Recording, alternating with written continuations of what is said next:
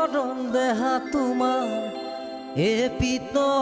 বখন মোৰ হৰি হৰি এ পিত বখন চৰণৰ পুৰ প্ৰভু কমল লোচন কর্ণত কুণ্ডল তোমার মাথে ময়রার পাখি কর্ণত কুণ্ডল তোমার মাথে ময়রার পাখি